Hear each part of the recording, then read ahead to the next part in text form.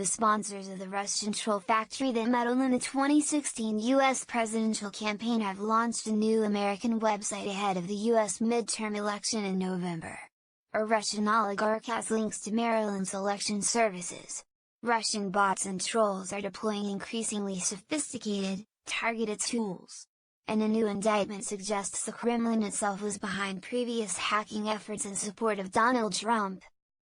As the US leader prepares to meet Russian President Vladimir Putin in Helsinki on Monday, many Americans are wondering, is the Kremlin trying yet again to derail a US election? So far, at least, it seems not so much. Most online manipulation ahead of the midterm election is coming from US sources, experts say. They worry that focusing on Russian spy-mongering may distract authorities from more dangerous homegrown threats. There is Russian activity, to be sure, but it appears aimed less at swaying the US Congress one way or another and more at proving to fellow Russians that democracy is unsafe, and thereby legitimizing Putin's autocratic rule at home. Usereally is a case in point. The website was launched in May by the Federal News Agency. Part of an empire allegedly run by Putin ally Yevgeny Prigozhin that includes the Internet Research Agency, the troll factory whose members were indicted by U.S. Special Investigator Robert Mueller this year. Usereally's Moscow offices are in the same building as the Federal News Agency. The original troll factory was also initially based with Federal News Agency offices in St. Petersburg, in a drab three-story building where a huge for-rent/sale sign now hangs. The site believed to house the troll factory's current offices is a more modern, 7-story complex with reflective blue windows in a different but similarly industrial neighborhood of St. Petersburg. An Associated Press reporter was not allowed inside, and troll factory employees declined to be interviewed. The Usereally site appears oddly amateurish and obviously Russian, with grammatical flubs and links to Russian social networks. It says it's aimed at providing Americans objective and independent information, and chief editor Alexander Malkovich says it's not about influencing the midterm election. Yet his Moscow office is adorned with a Confederate flag, Trump pictures and souvenirs and a talking pin that parrots famous Trump quotations. Disrupt elections? You will do all that without us, he told the Associated Press. He said Americans themselves have created their own divisions, whether over gun rights, immigrants or LGBT rights, all topics his site has posted articles about.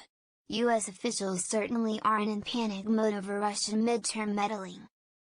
While security services are on high alert, the intelligence community has yet to see evidence of a robust campaign aimed at tampering with election infrastructure along the lines of 2016, Christopher Groves, the Undersecretary at the Department of Homeland Security, told a congressional hearing Wednesday. It could be that Russian disruptors are waiting until the primaries are over in September and the races become more straightforward, or it could be they are waiting until the US presidential vote in 2020, which matters more for US foreign policy. In the meantime, an array of bots, trolls and sites like Usereally appear to be testing the waters.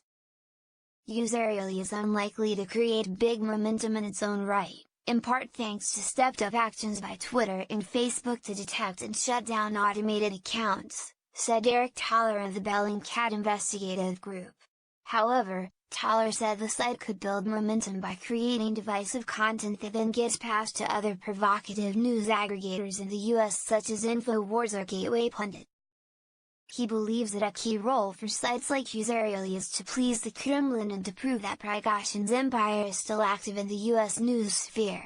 Prigozhin, sometimes dubbed Putin's chef because of his restaurant businesses, has not commented publicly on Usereally.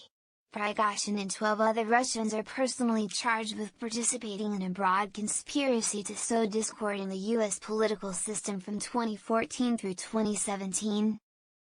Editor Malkovich confirms his site's funding comes from the Federal News Agency. But he says he has nothing to do with the indicted trolls, who once operated under the same roof. I absolutely don't understand the spy mania, he said. He says the site has a few thousand followers, and that is 30 journalists and editors check facts and don't use bots. Whatever Usereally's real mission, Homeland Security scrubs warned that the intelligence community continues to see Russia using social media and other means to influence or inflame positions on opposite ends of controversial issues. However, he said, these efforts appear to be more aimed at dividing rather than targeting specific politicians. The big question is what Trump plans to do about this. Trump is under heavy pressure to tell Putin to stay out of US elections when they meet, and he said Friday that he would.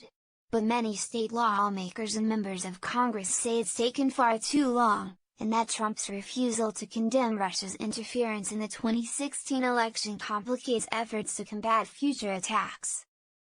Adding to the pressure on Trump is a new indictment issued Friday accusing 12 Russian military intelligence officials of extensive hacking in 2016 that was specifically aimed at discrediting Trump's rival, Democratic presidential candidate Hillary Clinton. After the top U.S. intelligence agencies found a Putin-ordered influence campaign in which Russian hackers targeted at least 21 states ahead of the 2016 election, several state election directors fear further attempts to hack into voting systems could weaken the public's confidence in elections. Maryland officials announced Friday that a vendor providing key election services is owned by a company whose chief investor is well-connected Russian businessman Vladimir Putin. The FBI told state officials no criminal activity has been detected since vendor ByteGrid was purchased in 2015 by Old Point Capital Partners. Experts note that governments have been using technology to influence foreign powers for millennia, and caution against assuming the Russians are always at fault. Just because it's a troll doesn't mean it's a Russian troll, said Ben Nemo of the Atlantic Council. The really big challenge for the midterms is differentiating what the Russians are doing, and what the Americans are doing to each other.